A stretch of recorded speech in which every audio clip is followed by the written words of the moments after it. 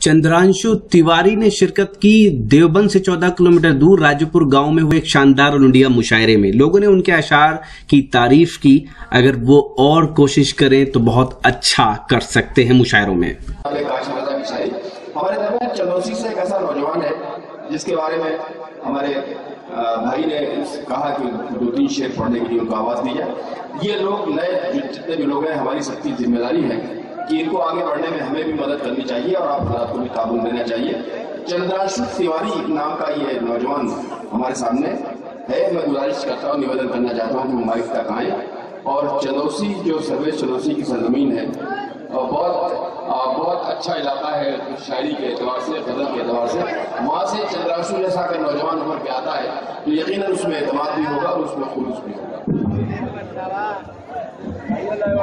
अभी बहुत अच्छी बातें हुई। 4 मिसलों से शुरुआत करता हूँ। समाज फरमाए कि कुछ नया कहने की कोशिश करूंगा। बिल्कुल अच्छा लगे तो अपने आशीर्वाद से नवाजिएगा कि पास रहकर भी मसाफत की वजह कैसी हुई। पास रहकर भी मसाफत की वजह कैसी हुई। आइए अब हिजरतों के घाव सब भर दीजिए। आइए अब हिजरतों के घाव सब भर दीजिए। और मैंने सौंपा था तुम्हें जो आरज़ुओं का कलम। मैंने सौंपा था तुम्हें जो आरज़ुओं का कलम। उस कलम से दिल पे मेरे दस्तखत कर दीजिए। उस कलम से दिल पे मेरे दस्तखत कर दीजिए। और एक अभी शेर हुआ था, मैंने कहा था कि शुक्र उसका करूं मैं क्या पंकज, जाने जिसने ये जिंदगी अता की। तो अपने अपने घर को सभी लोग याद करें और मेरे एक गजल के शेर देखें कि ये माना तेज है तूफान, मेरा घर गिर नहीं सकता। ये माना तेज है तूफान, मेरा घर गिर नहीं सकता। दुआएं इस कदर माँ की मेरे छप्पर में रहती हैं। दुआएं इस कदर माँ की मेरे छप्पर में रहती हैं। और बचे हैं चंद कतरे बस मेरी आंखों में आंसू। बचे हैं चंद कतरे बस मेरी आंखों में आंसू के। मेरे हर खाप की मछली इसी सागर में रहती।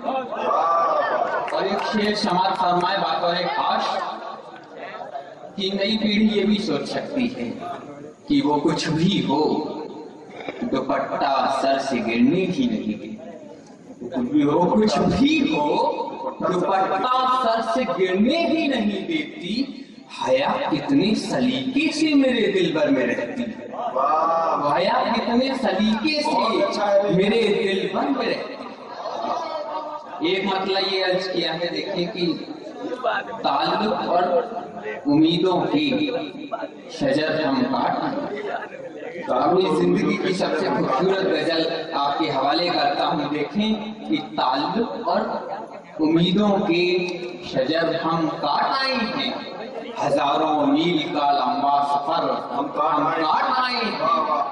हजारों मील का लंबा सफर हम काट आए हैं। आवाज आई उधर से तरन्नुम में। तरन्नुम में मैं नहीं पढ़ता क्योंकि मैं मीठा नहीं गाता। और मेरा एक दोस्त है विकास राणा दिल्ली का, वो कहता है इतना मीठा नाम है उसका, डर था इतनी शुगर होगी। और मीठी गजलें कहने वाले तेरे मुंह में कीड़े पड़ेंगे। खैर शेर देखें कि ये साहिल से कहो अब तो हमें आगोश मिले। ये साहिल से कहो अब तो हमें आगोश में ले ले। सफर में जो मुखालिफ थे भंवर हम काट आए। सफर में जो मुखालिफ थे भंवर हम काट आए। बहुत बहुत शुक्रिया। बहुत अच्छा भाई। चंद्रांशु तिवारी नाम का ये नौजवान, देखिए कितनी कोशिश कर रहा है ये शख्स गजल में और उर्दू में अपने आप को एस्टेब्लिश करने के लिए। हमें दाद देनी चाहिए, हमें दुआ देनी चाहिए। चंद्रांशु आइए।